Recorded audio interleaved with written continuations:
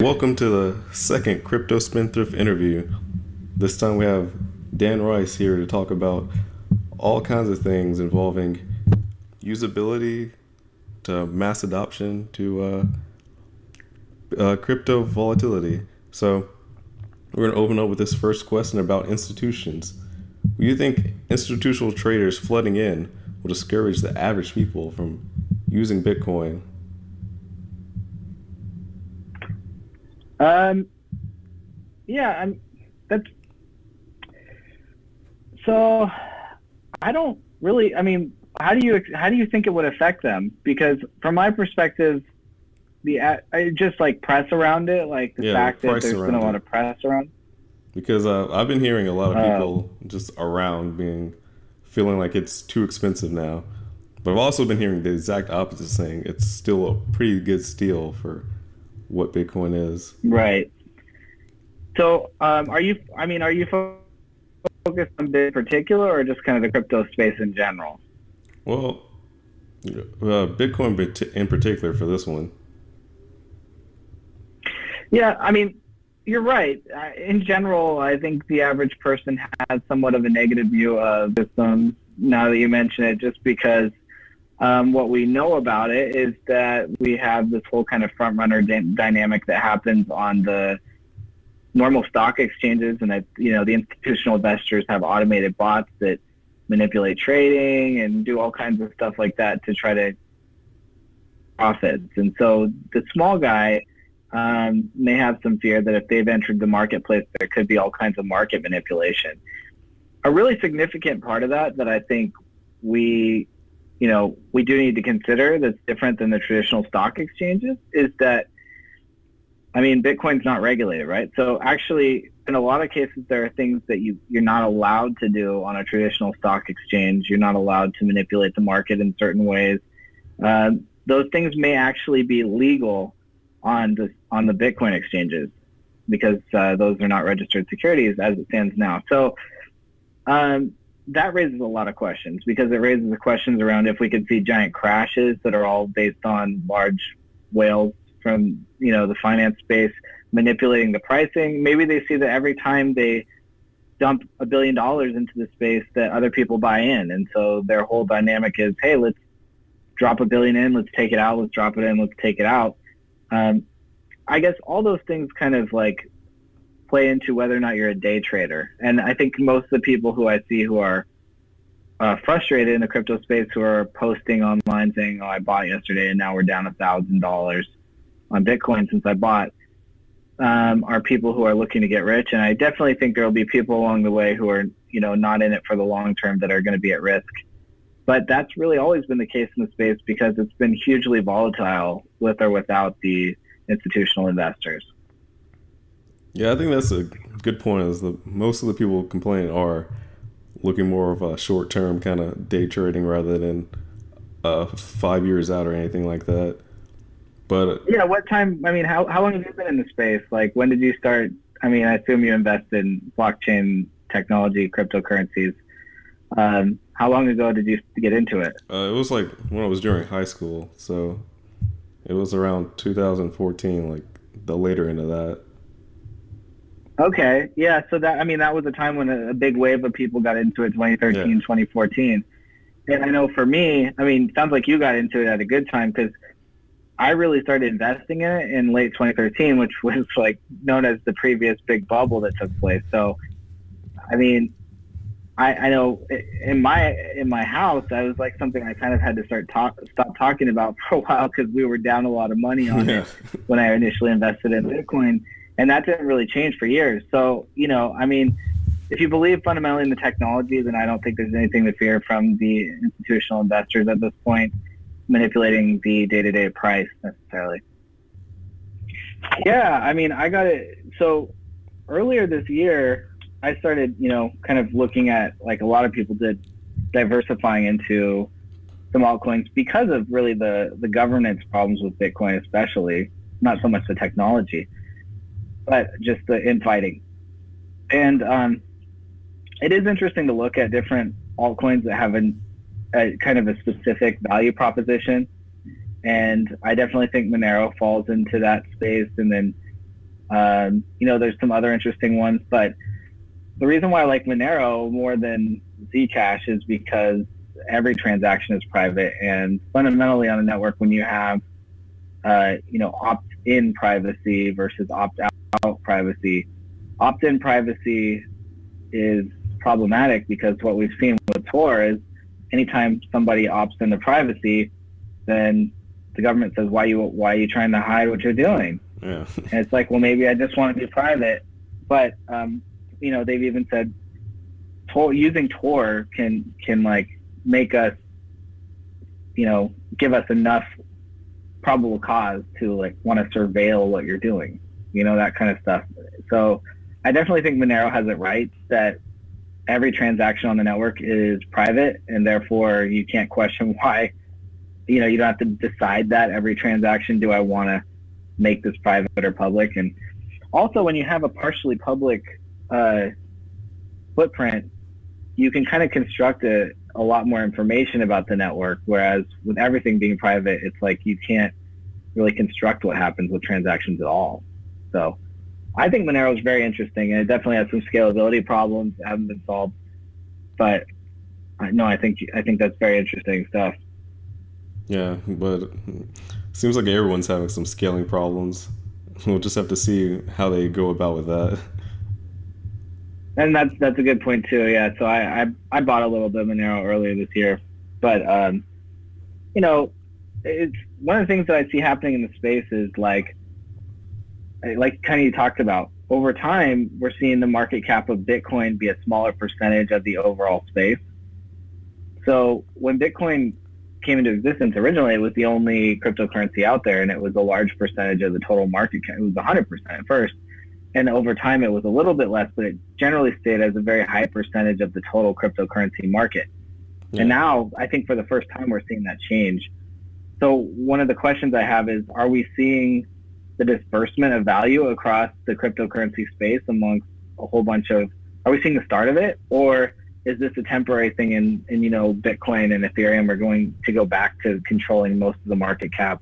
I mean, I think together they still control the majority, but as a percentage, we're kind of starting to see it's spreading out more over time. So I sometimes wonder if human behavior is changing, where more and more people are just becoming comfortable with this idea that they may use several different currencies, and that's okay.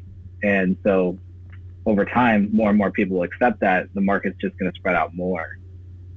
Yeah, that's actually an interesting point. I think it probably will end up spreading out more, especially as more and more people outside coming in, and there's not a lot of people who are like core Bitcoin maximalists, because that's kind of like the vanguard right now. Yeah, the Bitcoin maximalist thing. I've heard that term not recently as much, and I wonder if that's kind of dying now, or it's not. I don't know. It kind of flared up thanks to the whole forking incident.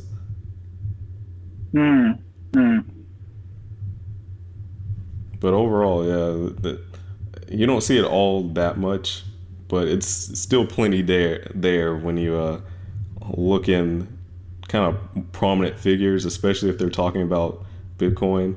You will have plenty of people kind of attacking them, saying Bitcoin's like the only thing, especially if you talk about any of the kind of Bitcoin forks like Bitcoin Cash or anything like that.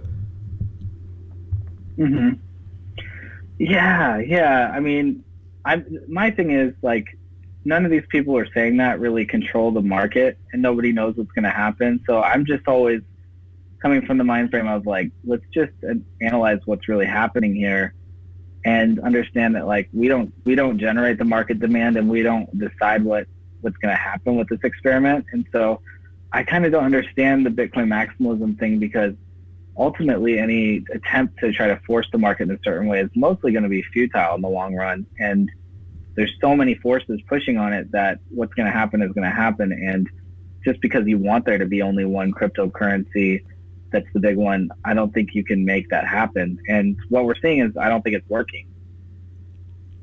I think Bitcoin being the first is actually playing against it right now. So what do you think about the Bitcoin Core like we're not going to expand the blocks right now thing. Where do you stand on that? Well, I kind of agree with them that it was a little too quick to make another fork. But I'm kind of waiting Hmm. on seeing how these second layer solutions work. So, so I've thought about this a lot too. And I mostly agree with what you're saying. I think, but when transaction costs are like, $90 for people to get in the next block and stuff, um, I do accept that that's not reasonable, Yeah. and I do understand that maybe we know the system doesn't scale, period, the way it is now, and we need second layer solutions, and that, $90 transactions on the blockchain are probably a pretty okay price when you're using a payment channel and you're not paying that entire fee, you're sharing it with other people and that kind of stuff. So we know that we need to kind of separate the main chain out because it is limited capacity and it can't handle cups of coffee forever. But one of the things that I worry about is, well, by not lowering the price now, even though it's just a quick fix, it's a band-aid, it doesn't fix it long term, are we alienating people who are coming into the place, into the marketplace now, and they're going to altcoins because Bitcoin's not really usable for day-to-day transactions? And yes, while that won't scale in the long run, we do have enough reasonable amount of bandwidth that we could, look at and say, well, we could have scaled up a little bit. And even though that's not going to help us long term, it doesn't hurt us that much. Yeah. That's actually something to think about. Uh, I really didn't think too much as is these transactions actually playing in like to a factor of why people are going to altcoins too. Because since Yeah, we've I both been in it wonder. for a while, so we're just like, oh, high transactions. Well, maybe we'll deal with it sometime. Maybe we'll use another coin temporarily just to move things around. But Mhm. maybe with like that and the whole ICO mania, yeah, people are probably more interested in alts than Bitcoin. So, yeah, have you done it? I mean, are you interested in ICOs, or what's your position on that? Uh, they were like a very passing interest. Most of them, like as an American, you can't really do much. So I only talk about it when one of my friends from the UK starts mentioning them. And sometimes I'll like wait for a coin to actually hit an exchange and kind of monitor it from there. Mm-hmm. Mm-hmm.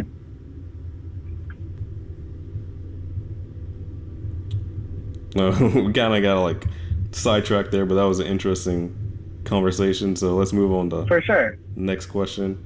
So governments are getting more involved with blockchain and Bitcoin. You think this will help ease usability and mass adoption issues? These are good questions. These are good questions. These aren't your run of the mill questions that I get asked. Um, I mean, I think the fear is from my side, and what we've seen from the New York legislation is that one of the things that we're seeing in this space is that startups are geofencing out New York, meaning they're saying we're a blockchain related startup and we're just going to pretend that New York doesn't exist. We're not going to do business there. We're not going to work with anyone in New York. We're not going to take investors from New York. Whatever, they have all these things that they may be doing because New York has their own regulations around blockchain technology, and it's restrictive and expensive. And if every state were to do that, well, as a blockchain startup, you'd be absolutely screwed if you're trying to do a U.S. based business. So, I mean, I think the fear is, and I mean, everyone who's in the space originally, like you were saying, kind of the Bitcoin maximalists, and there's definitely an anarchy, libertarian vibe to it. And I would say I somewhat fall into that in certain ways, that I'm not super excited about government regulation getting involved in the space now, just because we've seen so much advancement, and I suspect that it can stifle innovation in certain ways if not done carefully. And what we've seen so far is that the people who are making the decisions and sending the regulations through don't know enough about what they're handling, and they don't really know the long-term ramifications of it either. So I see it as a problem for the space as it evolves. That said, the ICO space is a prime example of where regulation is probably needed, because I'm getting advertised ICOs on Instagram now, and I'm pretty sure most of them are pretty scammy. So, you know, it's almost like we're seeing what would happen if you like, kind of if we go back in time to when SEC regulation didn't exist and people were selling investment or something. Like I don't really, I haven't studied that all that much to know how it all went down, but I'm pretty sure that a lot of people got scammed, and that's what led to SEC regulation around investing. And we're kind of repeating that right now because this space is unregulated, and it's becoming clear very quickly because most of the things that get brought to my attention, when I read up on it, I think it's a scam. Yeah. So, I actually had that thought before too about how like early like 1900s before the whole crash and that every time like someone complains about the like, volatility, I kind of think back to that. But funny enough, I mm-hmm. was like reporting on an article about Japan, and actually they were kind of like integrating Bitcoin pretty well apparently, because the article was talking about how Japan was really more permissive than like the United States is, and that's been leading to a lot more people getting involved in Bitcoin and it actually being on the news in Japan a lot. Mm-hmm. So I think it will just like Yeah, depend on the country.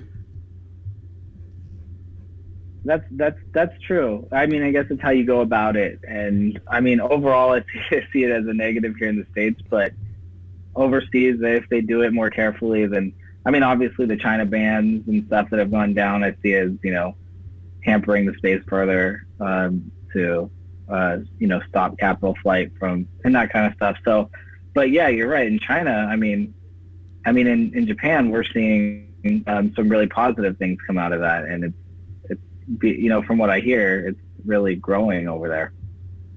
Yeah, so this might be one of those cases where the people who are like faster to kind of adapt will benefit the most, and America's really lagging behind here.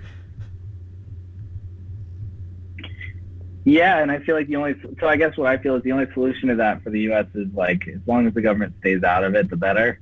Yeah, But that is a fear with every regulation. It's like, oh man, I don't want to be living in the country where we can't do all these things. And then if I was living somewhere else I could, then that's definitely going to stifle us in innovation. all right. What barriers do you think exist for less technical people to use Bitcoin and other cryptocurrencies? So this is a great question. And I think it's like one of the most fundamental things about the space, because, I'm the only person in my household that really cares about blockchain technology at all. Yeah. And I've, probably like a lot of people are into it. Like I've been forbidden to speak about it at home any further because I think I was trying to evangelize everyone too much on it, and they were just like, okay, I don't want to hear about this anymore. So I think, again, going back to just like consumer behaviors, and before working on blockchain, I was like, I built a lot of mobile apps and stuff like that, and that's kind of, some of the other consulting work that I've done. And when you get into that kind of space, you're just focused on iterating over what users really care about and getting the right features in for them.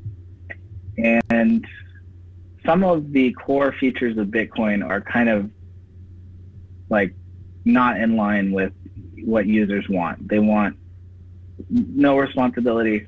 In general, like they don't want your app to put responsibilities on them. They want something that's simple and easy to use, that's not error prone. And I have a friend who actually lost some ether that he had because he sent it to the wrong address, like it was missing a digit or something happened. So for every person that happens to, and he's actually like pretty technical and is like well interested in the space, so he's not leaving or anything. But obviously, like my parents were just visiting, and I'm not going to have them start using crypto wallets when things like that can happen. I'm their computer repair guy whenever I see them, or whatever. So I just feel like um, we have to take those kind of challenges very seriously, and we have a long way to go in the area of consumer kind of readiness, and I think we're still a long ways off there. Some of the mobile wallets for Bitcoin are really well done. Like I think Bread Wallet is really well done and pretty close to something that kind of a non-technical person could use. So there is some, there's been some good stuff happening in the space in the last 2 years there. But fundamentally, for the system to be widely adopted, I think we're still a ways off. We don't really have good wallets for a lot of cryptocurrencies. And I think the challenges are just educating yourself enough that you're capable of buying and selling and holding it. And people don't feel comfortable doing a whole lot more than that with it. So that's why I think that's the primary activity at this point. Yeah, definitely. For the wallet side of things, I actually kind of like really like BitShares wallet. How you can have the like, is it kind of allows you to have a unique name, kind of as like the face of your wallet, so people can just type in the name instead of the whole address or copying the whole address. So if that was kind of adopted, I think that'd be make it easier on people who don't really know and kind of tone down accidents. But besides that, yeah, wallets in general, when people get it wrong, it's just a major disaster. So you raised a really good point. So, the addresses themselves definitely freak out people who I show them to. They're like, what? That's the string that I have to, that's my address. But in general, so have you followed Steemit at all? Yeah. After BitShare? Yeah. So Dan Laramie, the guy who started BitShares and Steemit, and now he's working on EOS, he had said a lot of interesting things about the type of challenges that he was trying to solve. And I think he's obviously a visionary in the space, but I think he doesn't get nearly as much respect as some of the other ones. Although I think he should, because he seems to be more focused on solving the real issues. Like you're describing, like having real names that you can use to log into your account is one issue. Something I heard him talking about the other day that I was like, yes, this is the real deal. This is like how you solve real world problems. Is with Steemit, they actually solved some of the issues around like people forgetting their password. And I thought that was a really cool innovation because, you'd be surprised how many people actually clicked I forgot my password link. I know I've used it and I'm really technical because for some reason my password didn't use or whatever. So, or it didn't work. So, I think those are the types of challenges that we really have to get over in general. Is how do we make sure that somebody can get back into their account if they forgot their password? I've actually asked a lot of people this who are working on like really advanced projects. Like there's people who are working on building record systems for real estate that exist on the blockchain, and you can like transfer your property by like sending it a token to another account. I'm like, yeah, but what happens if you lose your private key? Do you lose your house? And no one can really answer that. So those are like the real questions that we have to figure out. Yeah, definitely. There's been a lot of times that I was slightly scared I lost my passwords because usually they make you make the passwords pretty difficult, and they're pretty hard to just know, like to remember on their own. Yeah. Oh, yeah. It's very inefficient. It's like, do I print out this piece of paper and then put it under my mattress? Like, what do I do with these? Practically, how do I store this? And do I just, if I copy it down on paper from the screen, what if I make a mistake? It's scary. Yeah, that's why whenever I have to input a new password for this stuff, I was like, copy it down twice just in case and then type it out. Like be extra careful about it, make sure I have the right thing. But yeah. Well, yeah, and that's you. And if it's like, if it's like someone who's not very computer literate, they're not going to think to do that, and they're going to be really sorry later. Yeah, this is a major problem to solve. So we're going to move on to the next thing. actually going to skip over 5 and go to 6. How can users protect themselves from volatility of cryptocurrencies? Cool. Yeah, so this is, I mean, basically I wrote a paper around this called V0, but so just to give a little backstory, in 2014, I was working as a consulting CTO, starting to look into some companies that were interested in doing home real estate using the blockchain. And the idea of doing real estate on the blockchain was mainly focused around quick transfer of money. At the time, Bitcoin was not really, the network wasn't busy at all. So you could easily do a 10-minute transaction, with 6 confirmations in an hour. And beyond that, you could use multi-signature escrow. So we were looking at, okay, traditionally escrow is expensive, it's time-consuming for real estate. Is there a way that we could use, you buy a property for $1 million, let's say, that money would be in Bitcoins that would go into an escrow, multi-signature escrow wallet, and there would be an escrow controlling party who doesn't ever have access to the funds, but can help sign a transfer to finish the process of escrow and transfer that to the seller of the home. So the number one thing we ran into there, we ran into some of the things we were talking about, like what happens if you send it to the wrong address. Fundamentally, who's gonna, in the right mind, buy a property using Bitcoins unless they're really comfortable with Bitcoins? Because I can tell you, for me personally, if I was transferring $1 million worth of Bitcoins, which I've never seen that much Bitcoins in my life, but if I did, I would be really worried while I was doing that I sent it to the wrong place or did something wrong, because I can't afford to lose that, So if you saved up your life savings when you're buying a house, getting that all concentrated into a Bitcoin wallet and then sending it off somewhere just seems like, with no one who you can call if it goes wrong, just seems completely almost insane, So, but then getting into the secondary issue there is, okay, there's this volatility problem, right? Bitcoin's been historically volatile. The volatility index is extremely high over the last few years. It's kind of actually gone down, I think, as the price has gone up. It hasn't been quite as volatile. Yeah, that's been increasing. But yeah, but overall, it's extremely volatile as an asset. And so if you have a 3-day escrow where you're holding funds and you're waiting to get them, and let's say you're someone who doesn't care about Bitcoins, you're just selling your house and someone says they're going to pay you in Bitcoins, and you're like, yeah, sure, whatever. And I'm going to transfer it into dollars. Well, the problem is, in 3 days that you're holding that money in a Bitcoin escrow, the value of those Bitcoins could change drastically versus the US dollar.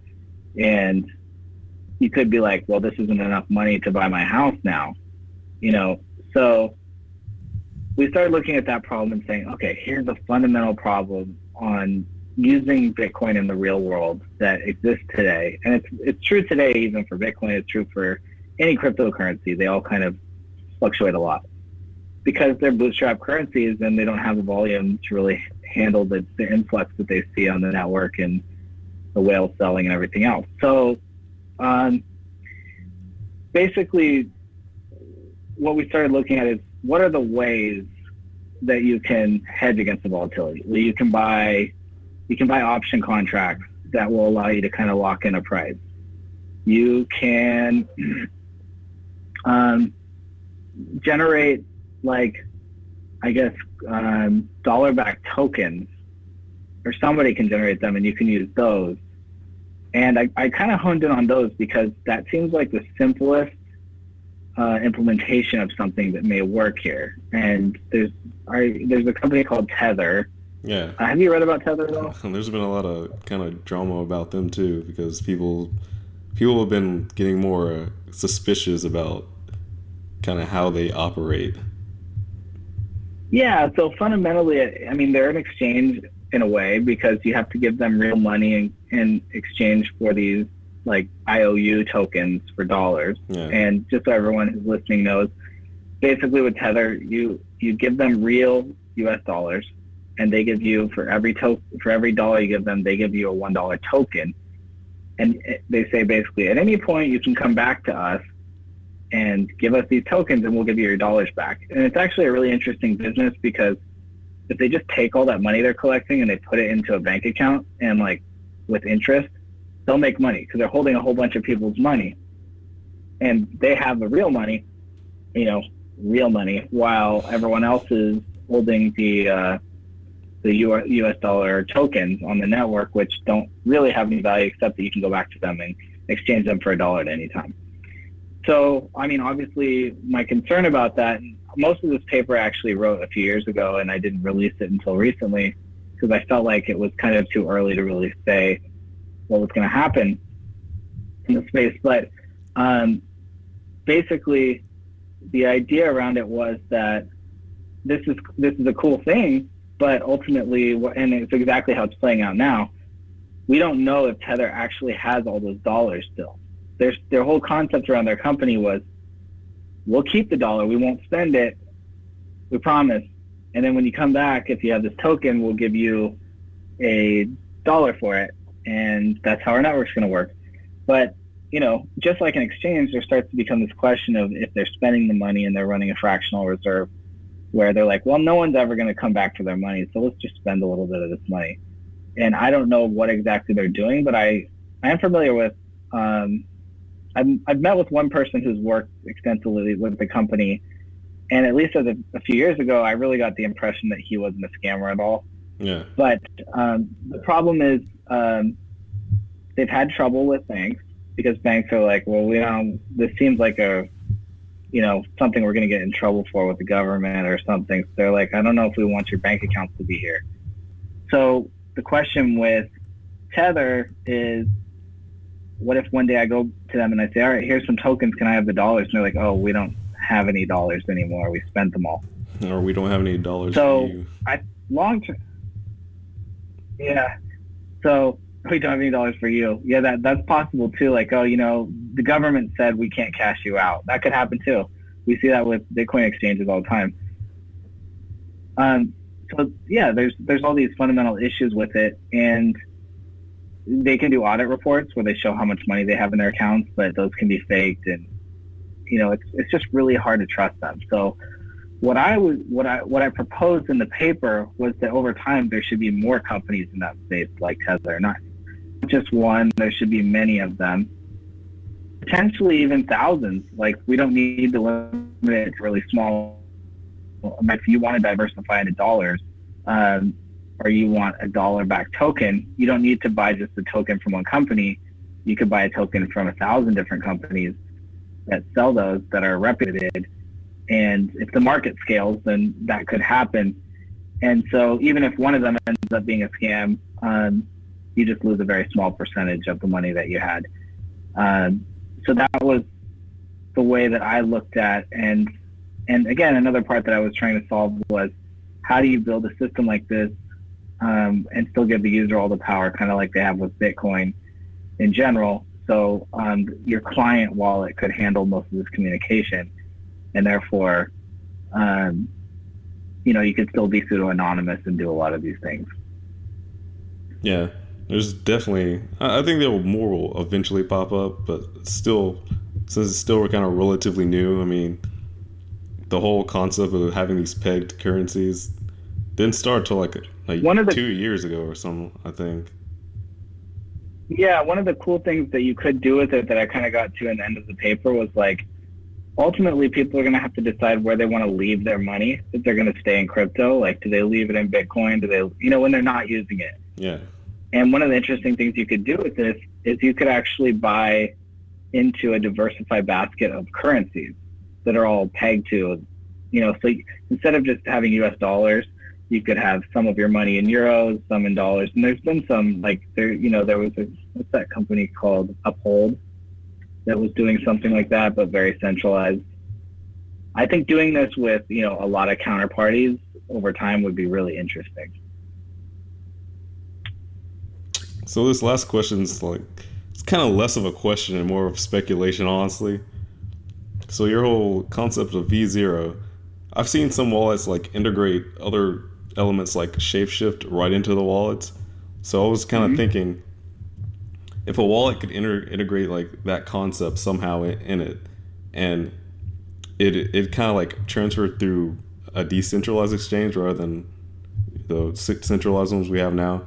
Do you think that would be kind of like the ultimate kind of wallet or protection people would need from volatility at least? Yeah, exactly. I alluded to talked about that a bit in the paper, talking about like atomic swaps, and also looking at on chain like atomic transactions.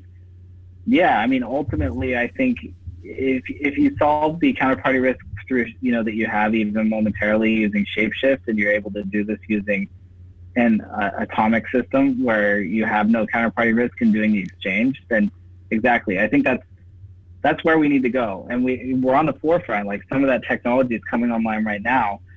And assuming that, kind of some of the cool stuff that we're seeing with Ethereum right now is around this ERC20 standard, which is a standard token format. And the cool part about having a standard token format where you support particular functions is that a wallet could support a new token without having to know anything about it. Because if the token supports the exact same protocol as other tokens, then you can, potentially easily create a wallet that supports, millions of token types without really having to know details about them. And without having to constantly put out new updates of a wallet to cater to a specific one. Yeah. Exactly. Yeah. Yeah. Seems like, yeah, that's the dream to go to right now. Yeah, I think we'll get there. I mean, we're seeing a lot of progress in that space, so it seems very promising. And some of these decentralized exchanges are coming up soon, so that'll be interesting to see how they play out. Definitely. Yeah, I heard someone say today that they're not a fan of them, and I was wondering why. I don't know if it's like a usability issue or something, but I mean, from my perspective, every time I have money on, some exchange trying to transfer into an altcoin or something, it's like I want to get it out as quick as possible, and I'm terrified they're gonna. I mean, we had Cripsy ended up bailing. It just seems like it's with any exchange, it almost just seems like I wish someone would build like a half-life for exchanges on cryptocurrency that would tell you like estimated time until they announce that they lost everyone's money. Oh, that'd be pretty cool, yeah. Because, yeah, like you said, Cripsy, then MintPal and all that. And then there's another one. There's been tons. Yeah. I hope someone's keeping a record of all that, because it would be really cool to go back and say, hey, here's all of the hacks that have happened, and supposedly happened, of course, because we never even know if the founder was just like, I think I'll just transfer all this into my personal account now and see you guys.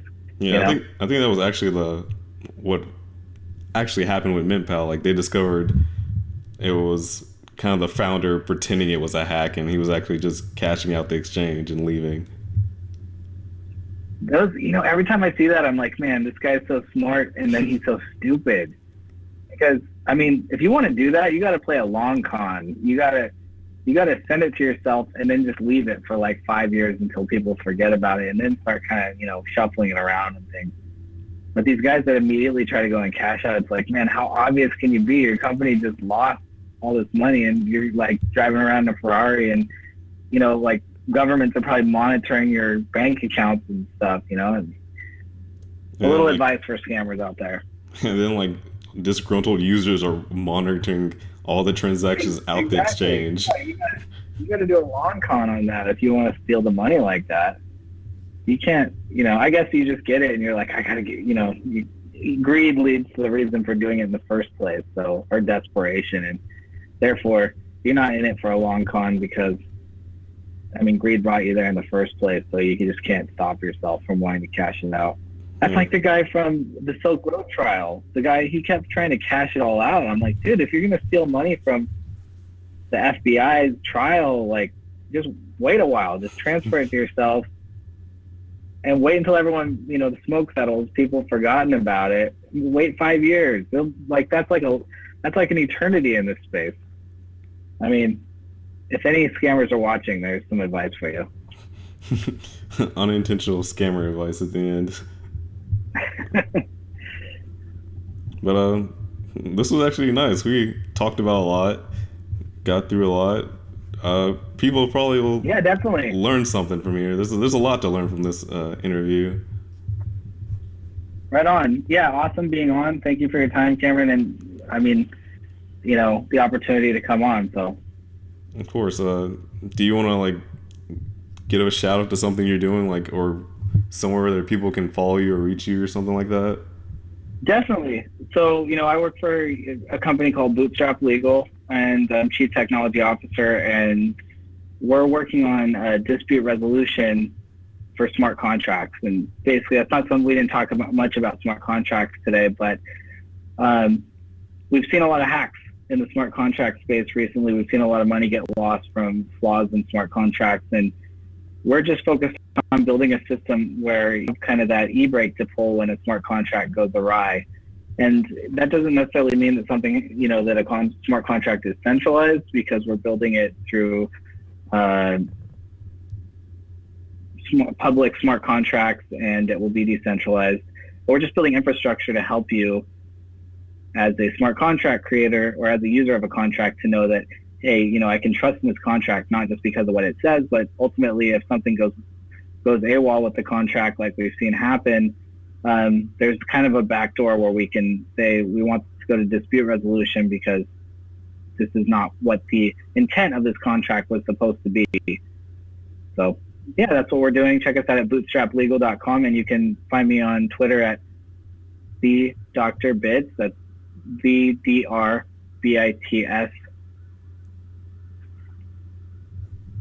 All right. It was That's nice it. having you on. Uh, maybe in Yeah, the thank you, future, Cameron. I'll have you back on for something. And Anytime. Yeah, drop me a line. it's been second episode of the Crypto Spendthrift Podcast interviews. See you next time.